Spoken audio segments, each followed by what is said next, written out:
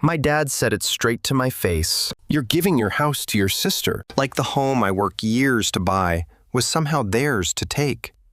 So I replied, let's see what the court has to say about that. I'm 31, single, and finally in a good spot. I've worked my tail off to get where I am. I bought my first house last year, which was a huge deal for me. It's nothing extravagant, just a modest 3-bedroom with a little backyard, but I'm proud of it. For once in my life, I feel like I've got things under control. Unfortunately, life's a lot less peaceful when you have a family like mine. Let's start with my dad. I've always thought of him as a part-time parent. He's 62 now, remarried, and has spent most of my life either ignoring me or complaining about something.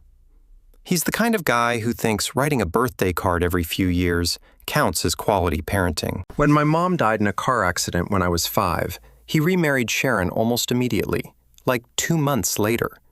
It's almost impressive how quickly he moved on. Though impressive isn't the word I'd usually use for it. Sharon, my stepmom, is a real piece of work. She's 58 now, but still acts like she's 30. Botox, fake nails that could double as weapons, hair extensions, and a personality that could peel paint off the walls. Back in the day, she was a flight attendant, and she won't let anyone forget it. Every time she opens her mouth, it's, "When I used to fly internationally," or, "Back in the golden age of flying." We get it, Sharon. You serve drinks at 30,000 feet. Now she runs a daycare, which is wild to me because she barely managed to raise her own kid. That brings us to Brittany. She's 29 and technically my half-sister, though we're about as close as two strangers in a checkout line. She's Sharon's daughter from a previous relationship, but my dad has treated her like his golden child since day one. She's the family's pride and joy, though I'd argue that's more about my dad and Sharon being delusional than anything Brittany has actually done. She's made some unique career choices. She works as an escort, which is fine. It's her life. And she also has an OnlyFans account. The only problem? She's terrible at it. Brittany's always broke, which tells me her business isn't exactly booming. I found out about it when a friend of mine awkwardly showed me her profile after she hit him up, not realizing we were related. Imagine how much fun that conversation was. However, my dad calls her his pride and joy, completely oblivious to what she does for a living. Now, I'm not super conservative, but I do have my principles, and I'm focused on my career.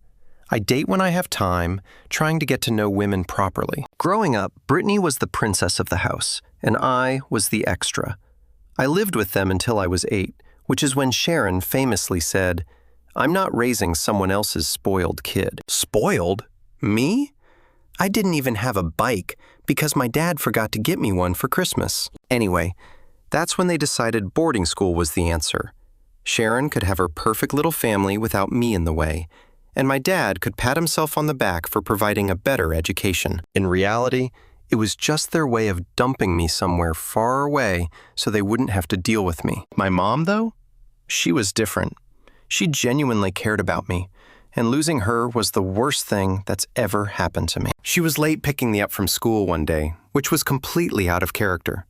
I remember sitting on the curb waiting. Turns out, a guy ran a red light and hit her car at an intersection. She died on the spot. The guy walked away with a broken arm. I'll never forget how my dad showed up at school hours later, looking annoyed, like I was inconveniencing him. Sharon was with him, and her first words were, "Your kid, your problem. Don't expect me to take care of him." Even at 5, I could tell she wasn't joking. They didn't waste any time shipping me off to boarding school after that. Fast forward to now. I've worked hard to build a life for myself. I went to college, got a decent job, and saved every penny I could.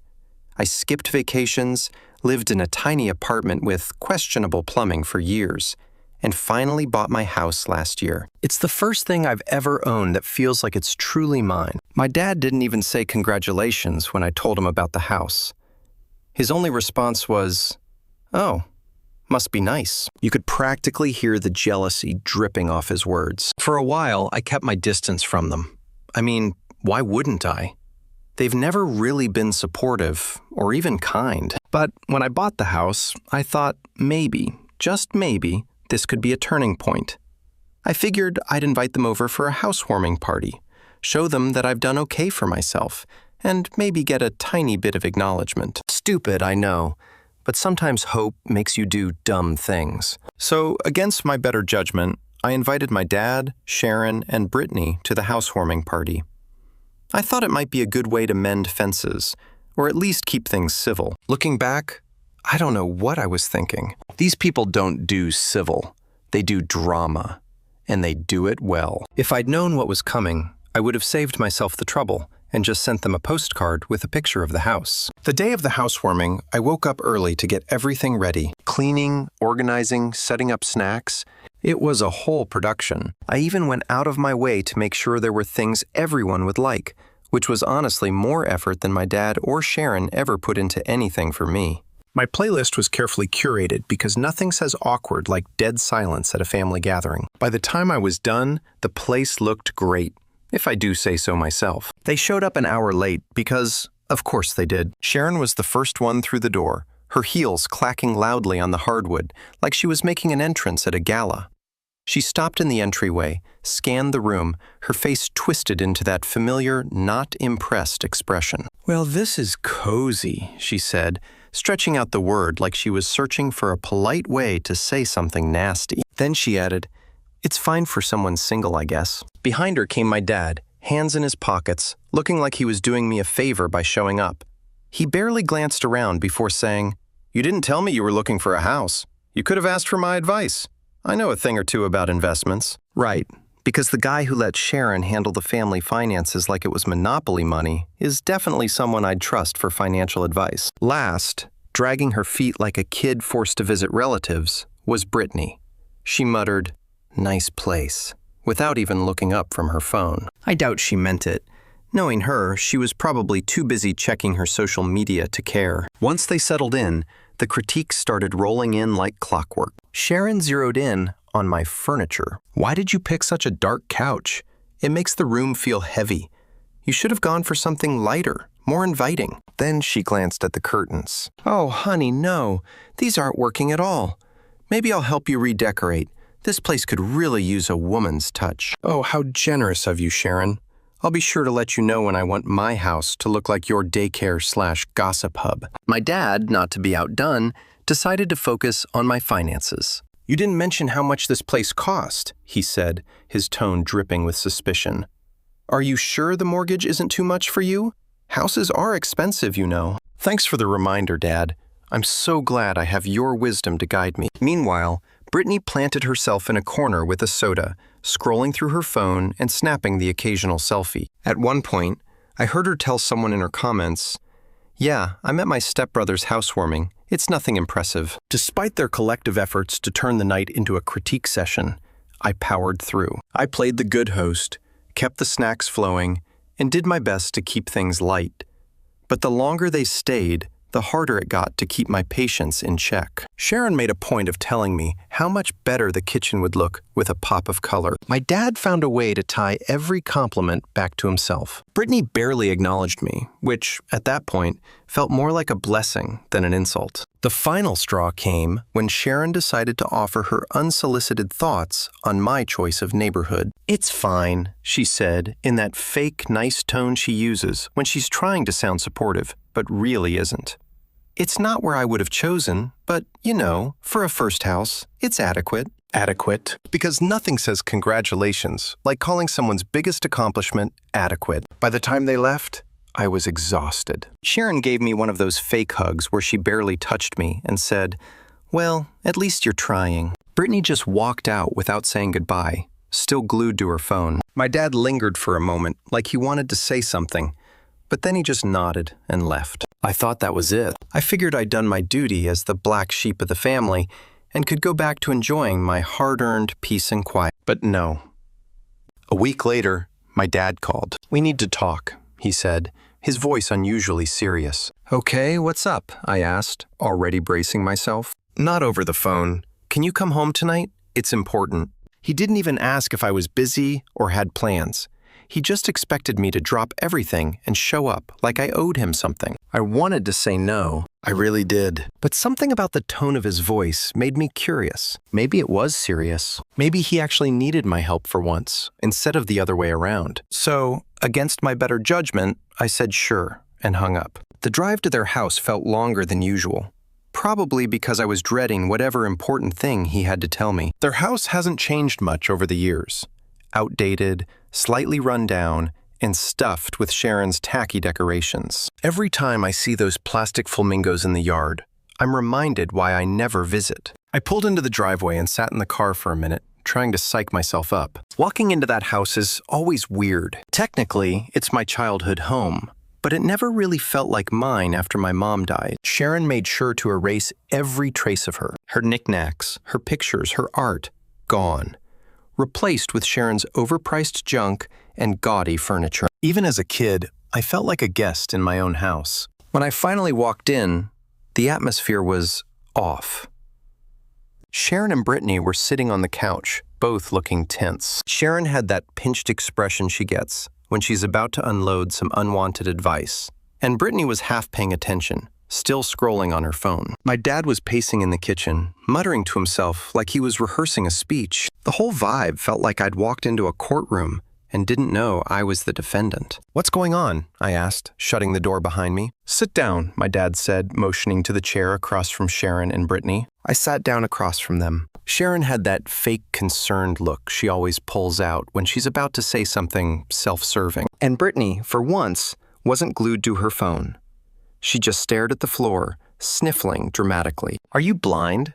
my dad snapped the moment I sat down. No warm-up, no small talk, just straight to the accusation. I blinked, caught off guard. "Excuse me?" He didn't wait for me to elaborate. I said, "Are you blind? Or do you just choose not to see what's happening around you?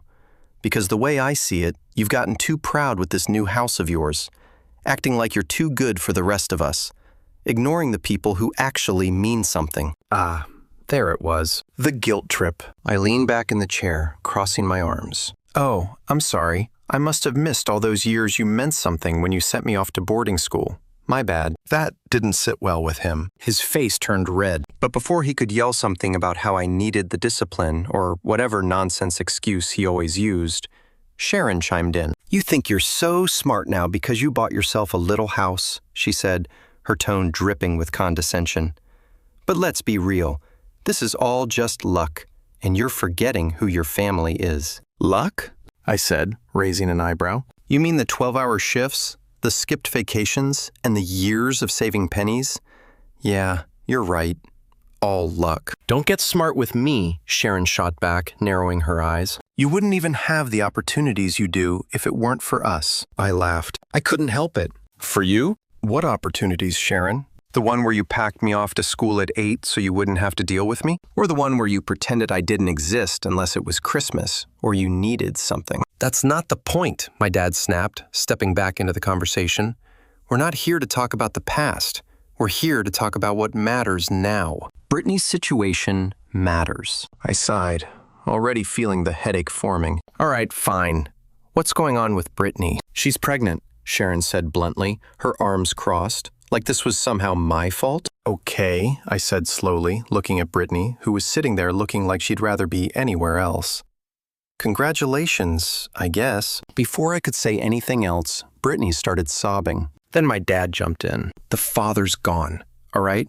She's in this alone, and she needs help, real help, not just lip service." I looked between them, waiting for the ask. There's always an ask. "And by real help, you mean money?" "You're giving her the house," Sharon said, like it was the most obvious thing in the world. That took a second to sink in. "I'm sorry, what now?" "The house," Sharon repeated, leaning forward. "You've got 3 bedrooms, don't you? What do you need all that space for? You're single, no kids, always at work. Meanwhile, Brittany has a baby on the way and no place to live. It's common sense." "Common sense?" I said, staring at her like she had just suggested I sell my kidney for fun. "You think it's common sense for me to just hand over my house? The one I worked years to afford?" "You're being selfish," my dad said, his tone sharp. "You think just because you worked for something, you don't owe your family anything? This is blood we're talking about. Family takes care of family." "Oh, like you took care of me when I was a kid?" I shot back. "Yeah, let's talk about family. You weren't there for me at any stage of my life since I was young. never came to a single soccer game, never called unless it was Christmas or you needed something. But now I'm supposed to hand over my house because we're family? Give me a break. My dad's jaw clenched. He hated when I threw the past in his face, but it was the truth, and I wasn't going to pretend otherwise. This isn't about you, Sharon said, her voice rising. It's about Brittany and that baby. Are you really going to let them struggle just so you can keep living in your precious house? I'm sorry, I said, trying to keep my tone calm, despite the irritation bubbling under the surface. But no, I'm not giving up my house. I'm happy to help in other ways. Financially, maybe. Even letting her stay in one of the spare rooms for a bit. But giving her the whole house? That's not happening. You don't care about me or the baby? Brittany finally spoke up, her voice trembling like she was about to cry. I looked at her, and for a second, I felt bad. But then I remembered all the times she ignored me. The way she and Sharon always treated me like an outsider. It's not about not caring, Brittany. It's about boundaries. I worked my butt off to get where I am, and I'm not going to throw it all away because you've decided you need my house more than I do. You're just proving what we've always known, Sharon said. You don't care about this family. You never have. I laughed again, shaking my head. Right, because this family has been such a shining example of love and support. Spare me the lecture, Sharon. You've made it clear since day one that I don't belong here. That's enough, my dad barked, his voice loud enough to make even Sharon flinch. He pointed a finger at me. You think you're better than us now? Is that it? Because you bought yourself a house? You're too good to help your sister? It's not about being better, I said, standing up. It's about the fact that I've built something for myself with no help from any of you. Not a dime. Not a word of encouragement. Nothing. So no, I'm not handing over my house. Find another solution. Brittany started crying for real this time, and Sharon glared at me like I had just insulted her entire existence. My dad looked like he was gearing up for another round, but I wasn't sticking around for it. I think we're done here, I said, grabbing my keys. Good luck with everything. As I walked out, I could hear Sharon muttering about how I'd regret this. Maybe I would. But as I drove home, all I felt was relief and a sinking feeling that this wasn't the last I'd hear about it. Of course, I was right. The fallout started the very next day. My phone didn't stop buzzing. Calls, texts, voicemails, each one more ridiculous than the last. My dad kicked things off with his usual routine, accusing me of being heartless and selfish. He rambled about how I'd forgotten my roots and was disrespecting the people who made me. A real classic from the man who spent most of my childhood conveniently forgetting I existed. Sharon wasn't far behind. Her messages had less guilt and more venom. She flat out called me a failure as a son and accused me of deliberately trying to ruin Brittany's life. According to her, my refusal to hand over my house was proof that I never understood what family meant. I'm not sure what version of family she's working with, but it clearly doesn't involve boundaries. The extended family wasn't much better. Word got out fast, thanks to Sharon, no doubt, and suddenly I had aunts, uncles, and cousins I hadn't spoken to in years chiming in. They all had opinions, of course. Why would you not help your own family? One cousin wrote, conveniently ignoring the fact that this family has always treated me like an afterthought. The guilt parade reached its peak when Sharon decided to help me understand their point of view. She sent me an email with a list of apartment rentals, complete with prices and locations. Each one was smaller,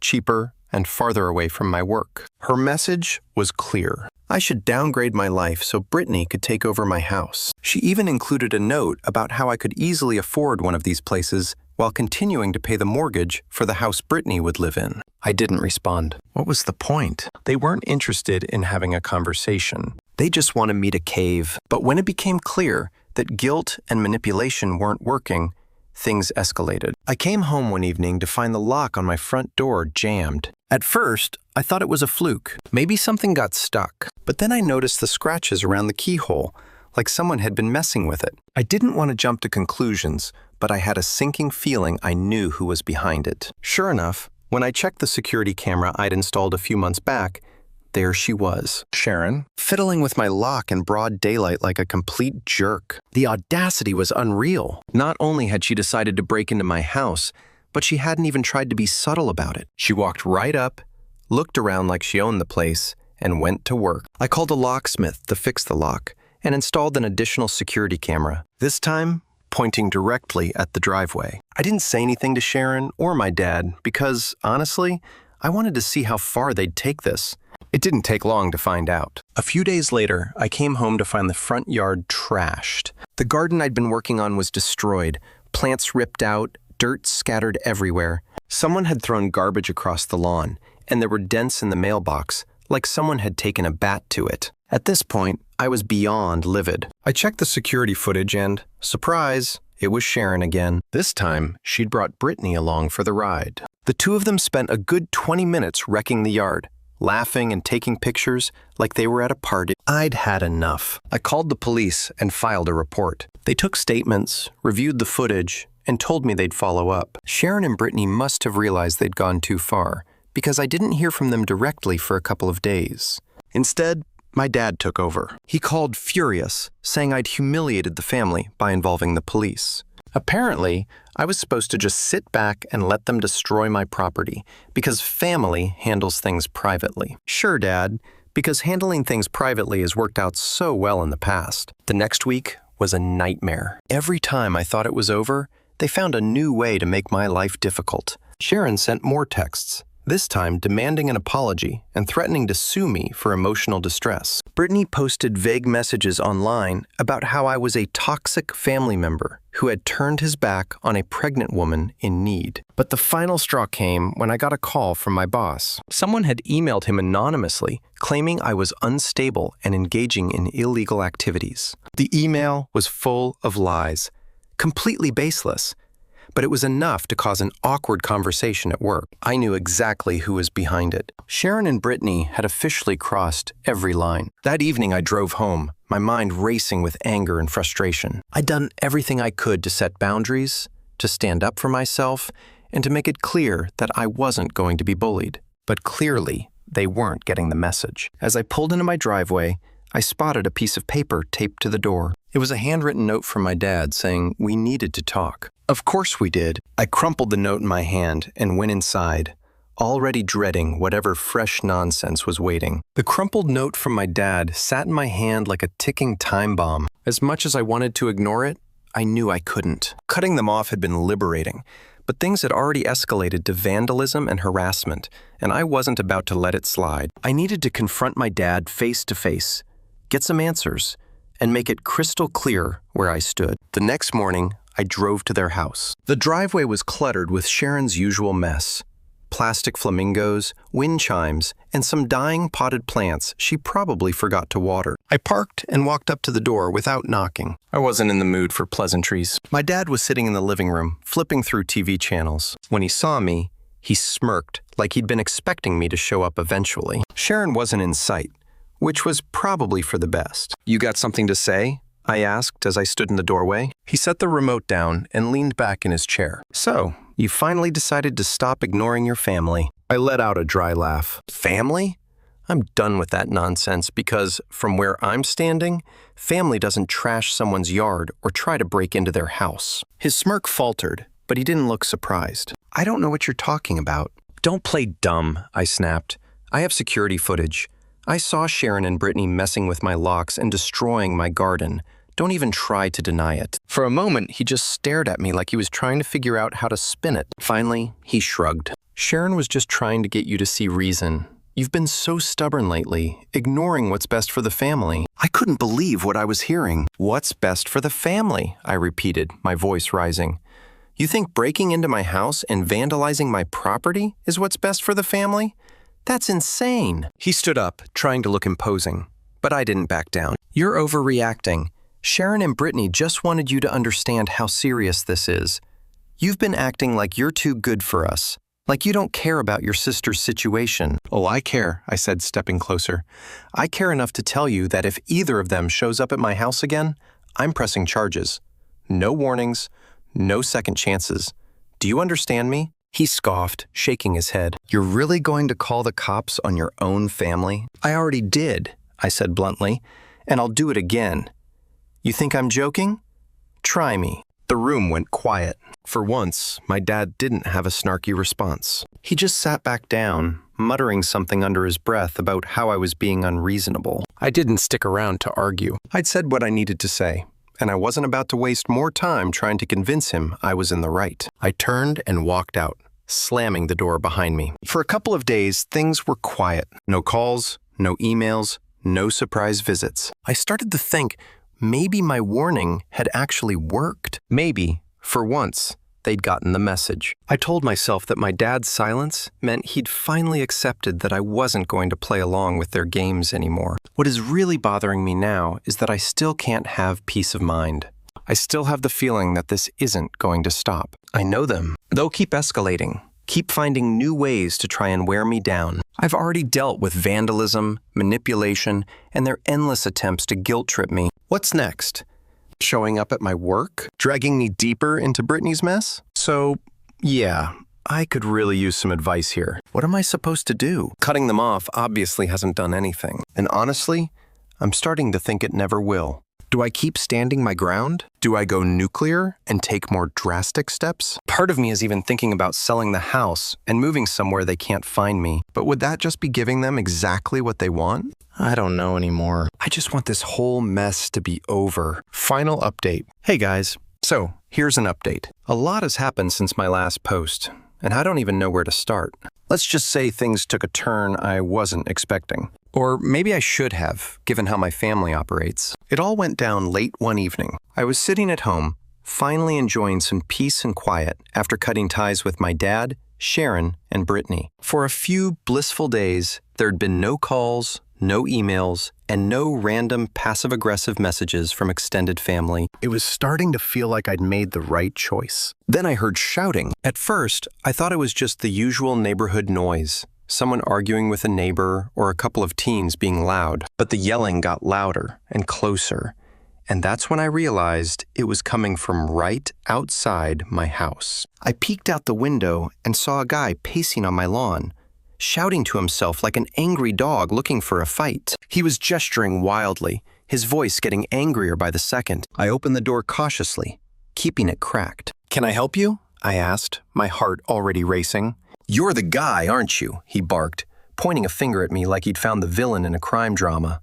"The one messing with Brittany?" My stomach dropped. Of course it was about Brittany. "I don't know what you're talking about," I said, keeping my tone calm but firm. "Don't lie to me," he shouted, stepping closer to the door. "She told me everything.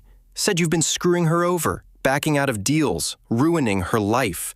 You think you can just do that and get away with it?" I stared at him, completely dumbfounded. Brittany had apparently dragged one of her clients into her vendetta against me. This guy looked furious, but more than that, he looked unstable. "Listen," I said, trying to keep my voice steady.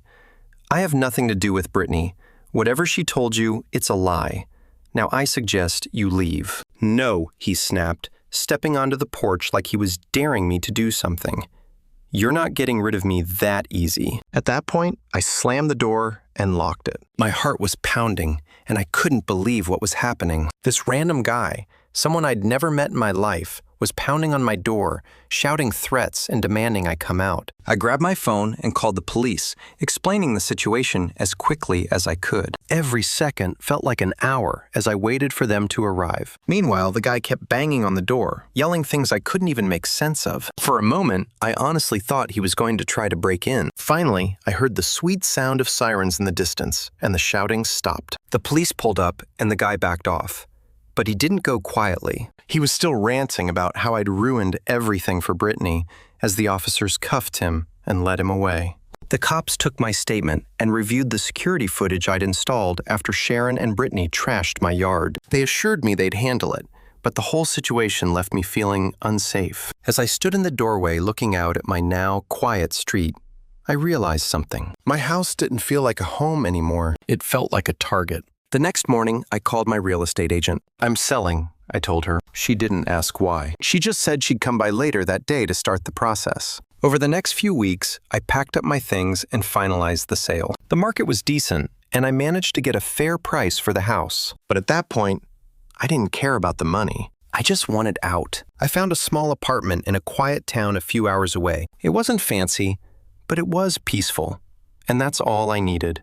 No neighbors, no late-night shouting matches, No unhinged people pounding on my door. Just peace and quiet. Moving day was bittersweet. As I loaded the last box into my car, I took one last look at the house. It had been my dream once, a symbol of everything I'd worked for. But now it was just a reminder of all the drama I wanted to leave behind. As I drove away, I felt a weight lift off my shoulders. I'm finally free. Free from the guilt, the manipulation, the endless demands. Sometimes cutting ties isn't enough. Sometimes you have to walk away completely, burn the bridge, and start fresh. That's exactly what I did. Now I'm settling into my new place. And for the first time in a long time, I feel at peace. No calls, no texts, no drama. Just me, my quiet apartment, and the freedom to live my life on my terms. So, yeah, that's the update. It's been a wild ride, but I finally feel like I'm in a good place. Thanks to everyone who encouraged me to stand my ground and take control of my life. It wasn't easy, but it was worth it. Here's to new beginnings.